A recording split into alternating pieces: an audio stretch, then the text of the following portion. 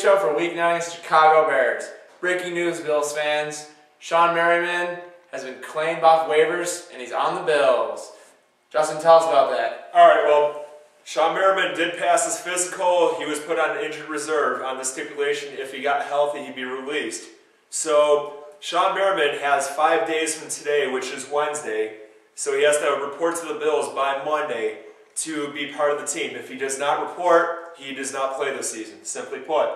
That said, I am psyched. I want to see him eat some quarterback up. We need some pass rush in the worst of ways. They haven't hit the passer at all. And there's been a question, though, whether he can play at a top level. Well, coming back from a couple seasons ago, he was bad, but then he got off his problem, and now supposedly he was a beast. Now, is he going to be beast again? Oh, let's hope so. Frankly, he has to be better than Chris Kelsey as a linebacker. I'm going to say that outright. Chris Kelsey, he shouldn't have a job right now. So, all right. Hopefully he can play. All right. Next, offensive breakdown. Strategy to win this game. You know, a run, pass, a combo. What are you thinking, Jared? I think we need to pass the ball to win this game. I look at the Bears' defensive players, and the only defensive back I see that's any threat is Charles Tillman. That's it. The other guys, they don't really scare me that much. Oh crap! Daniel Bannon. Stop. Let me make my point. Okay, he's having it. Okay. But so I think we should pass the ball first. That seems to be Chan Daly's strength, and I think it's the best strength against it. They have way too much strength with Julius Peppers and Brian Urlacher in their front seven. It's going to hurt the run. So I think you got to think pass going into this game. All right. So clearly he disagrees. So what's your point? Julius Peppers is not a run stopper. He's a pass rusher. What the hell are you thinking?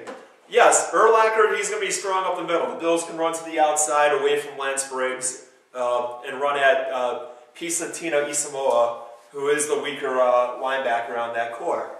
That said, their D-line is not as good as it was when they had all the D tackles a couple years back. But Daniel Manning is not as slouch as a safety, and Charles Tillman, I'll agree, is a good defensive back. I would say you got to have a combo, mix it up. You can't just be throwing it 60 times a game. All right, okay. So how big of a threat are Urlacher and Peppers? I mean, that's... Well, Peppers, he's going to be a threat.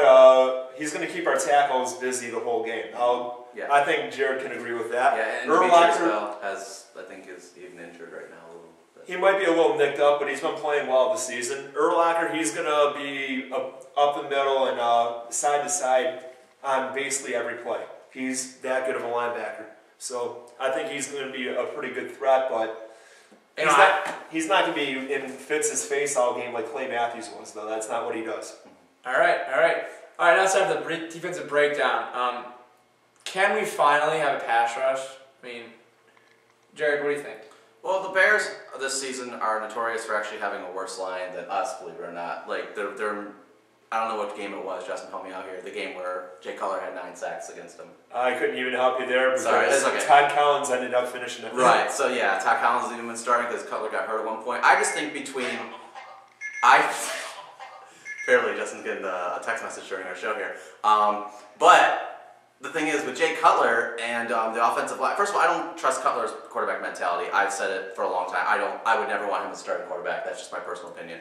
And the line, I don't have any faith in. So I think for the first time, with Kyle Williams and perhaps maybe even I don't know. Let's say Pavlovsky maybe doing some blitzing. We could actually have some pass rush. All right. Another thing. Will their running back be able to run? Matt Forte. He can run the ball, but Mike Martz is the quarterback, and that's just one thing that it's kind of diametrically opposed. Mike Martz is known for going down the field. Guess what? Jay Cutler is known for getting killed when looking for the ball down the field. So they don't work out that well. Hopefully Mike Martz has learned a few lessons for Bears fans' sakes, but I just don't see them rushing for 300 yards like every other team does against the Bills. All right, now it's time for a package that our producer Jared here put together. Toronto, Ontario. Apparently, you need a passport now to get across the border. Didn't know that when I started this. So therefore, I decided to go talk.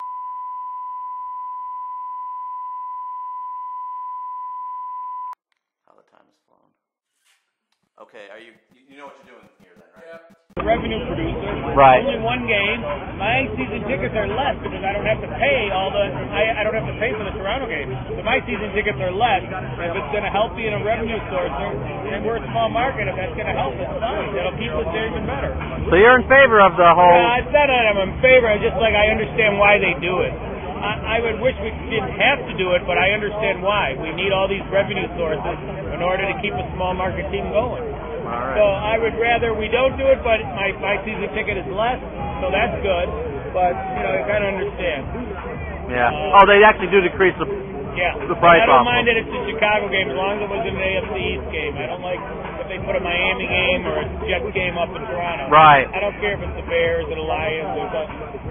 So, and to me, the Toronto game's an away game. It's always on TV, so to me, it's just another away game. Listen, what was that? It was kind of interesting. Did you even interview more than one person? Yeah. All right. What do you have a discussion about, guys? Well, frankly, I'm thinking about this, and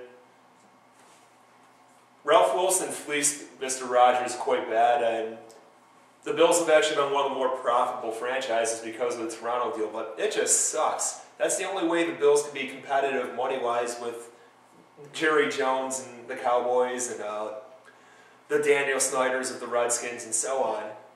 It's just not worth it. Keep the team at home where they freaking belong. I want to see... But how do you find ways to generate more revenue? Big so. Simple. Have the collective bargaining agreement tax the luxury suites of those big teams. They get off without having those big suite money be redispersed. All right. So that's a simple solution there. I agree. All right. Now it's time for the keys and picks of the game. Well, my key for this game is just hoping the Bills could actually run right. Simply put, run right. Run away from Lance Briggs. Okay. Right. What's yours?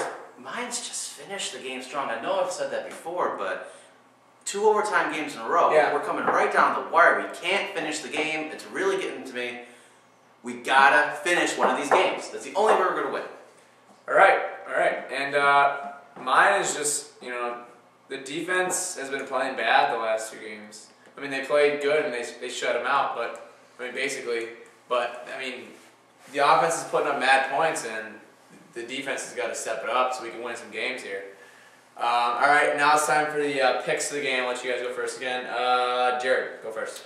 I'm going to say we finally get one because the Bears suck. 19-10 Bills.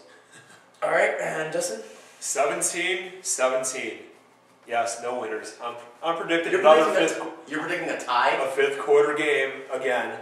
And, well, they go a step up this time. Okay, never mind. Okay, and I'm predicting a 23-20 Bills win. Very close. All right, join us next week for the Lions.